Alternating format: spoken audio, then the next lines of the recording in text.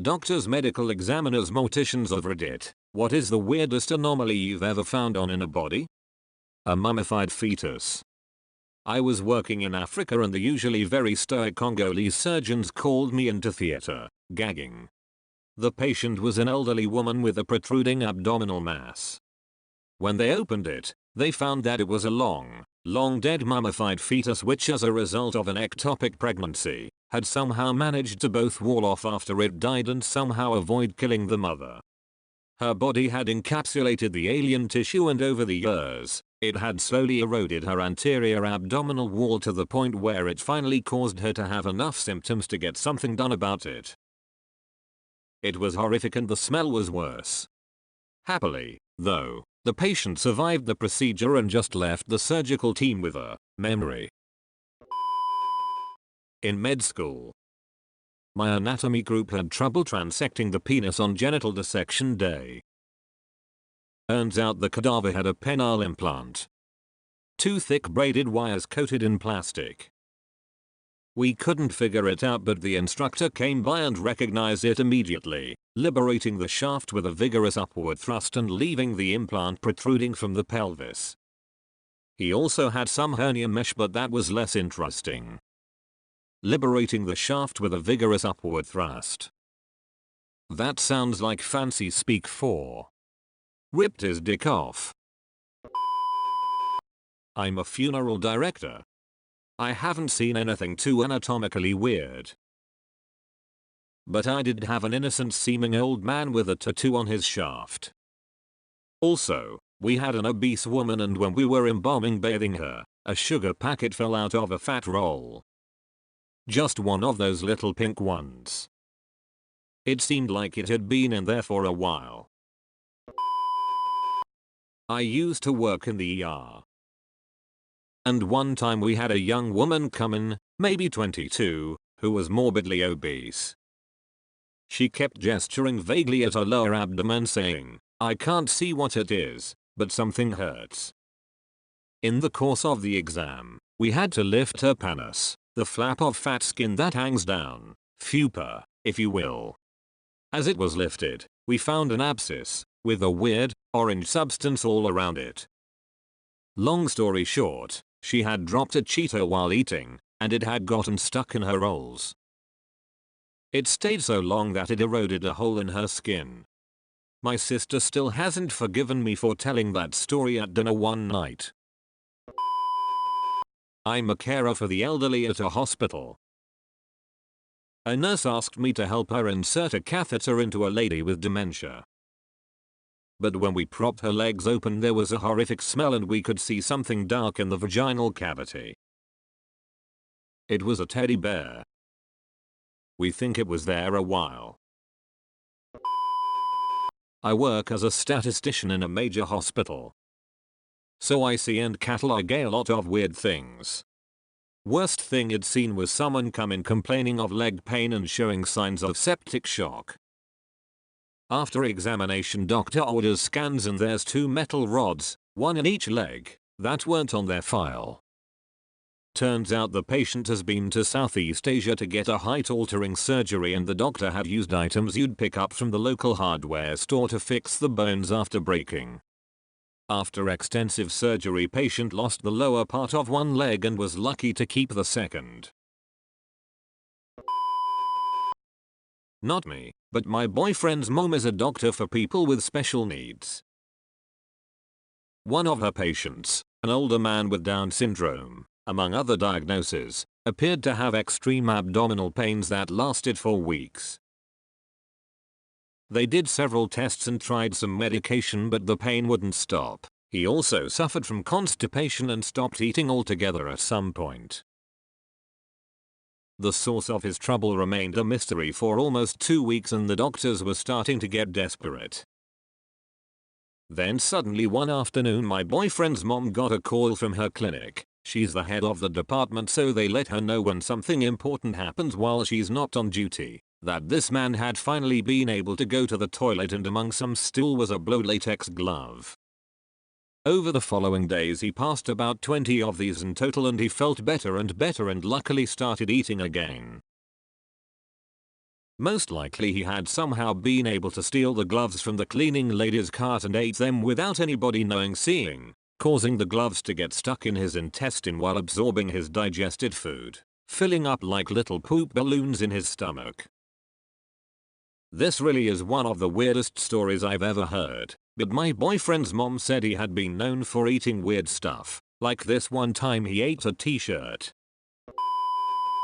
Pretty memorable to me. I'm a doctor, was working in OT, anesthesiology. An emergency came in the afternoon. Apparently the patient is a fisherman and got into a fight with his fisherman friend. Patient was impaled by a spear gun. The spear entered just lateral to his belly button and came out just above his right hip. He actually held this 6-featuring long spear going through his body and walked into the emergency room by himself. When it was time to put him under, he wasn't scared anxious. He said, "Just fix me up so I can go find that guy." About a decade ago, I was doing a ride along with a local paramedic EMS crew to recertify my EMT license. We got a call for transport from the hospital and directions to swap rigs to the bariatric bus. Driver calls on the phone to get more details and keep chatter off of the radio. "We have a patient being discharged from the ER who is too obese to be taken home via any other really available transport." Yay, a big fat guy. This will make a great story later, right? We get to the hospital and the paramedic goes in with the supervisor while the driver and I swap rigs with the supera who brought the bariatric bus.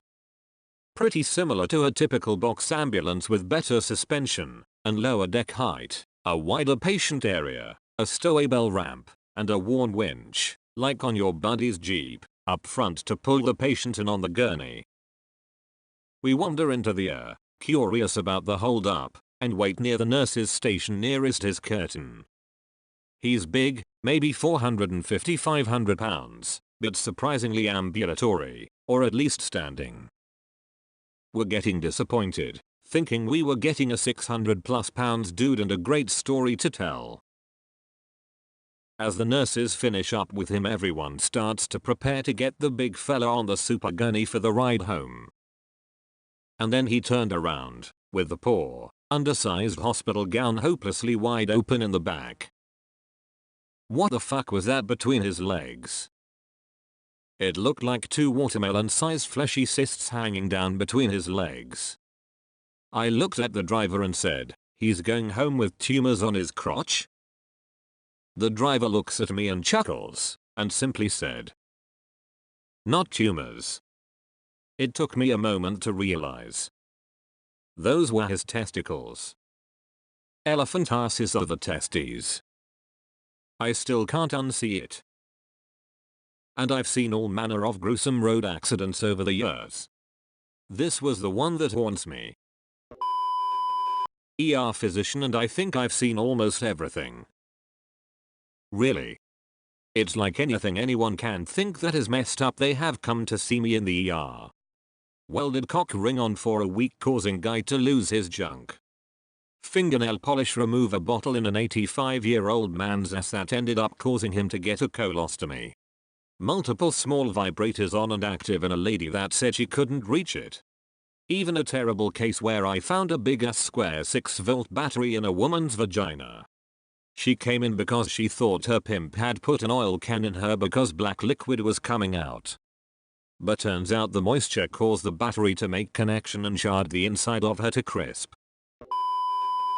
I've told this story on Reddit before, but I think on my other account. I worked in medicine as an X-ray tech medical assistant. One day we had a patient come in complaining of a stomach ache. Considering the time of the year, it wasn't an abnormal complaint to have come in our family practice. So we run him through the normal test urinalysis and an abdominal X-ray, cub for those medically inclined. Well, he was a shorter fella, so I had a lot of room on the film. This kind of X-ray is one large shot centered on your belly button. It's mostly used to see how full of shit you are. I went to the dark room to process his film when something weird could be seen near his butt. There was definitely a lot of poop backed up, but I couldn't tell what was causing the blockage. I showed the doc the film and she busted out laughing. The doctor I worked with was usually stone-faced and serious about these kinds of things, so it was odd. We were all confused. She asked me to go into the room with her while she asked him some questions. The first thing she asked him was what he shoved up his butt. I was so taken aback by this statement I almost missed what he said. You see, this 40-year-old man has diarrhea the week before and decided to shove a tampon up his butt to stop it. He tried to take it out but the string got caught, and then he simply forgot about it. We had to remove it. It was disgusting, and I never did another procedure ever again. I was a nurse for the year and a dude came in with a big vibrating dildo stuck in his ass. And it was still on and we had to wait for the batteries to die before we could even do anything. There were 2 big DD-sized batteries. He was there for like 3 hours laying on a table ass vibrating. Neurologist here. We don't get as many cool stories as the docs. However, when I was a medical student we had a cadaver with a very large and very tiger-striped tattooed penis. This was the only tattoo this man had, and was very unexpected when it came time to genital dissection. Obviously, this was saved by the staff use on all of our anatomy exams. You walk around the room to different parts' bodies and identify whatever is tagged, and this specimen was always identifiable by the only laughing medical student as they kept rotating around the room. Imagine donating your body to science only to get your dick cut off and laughed at for years more after your death.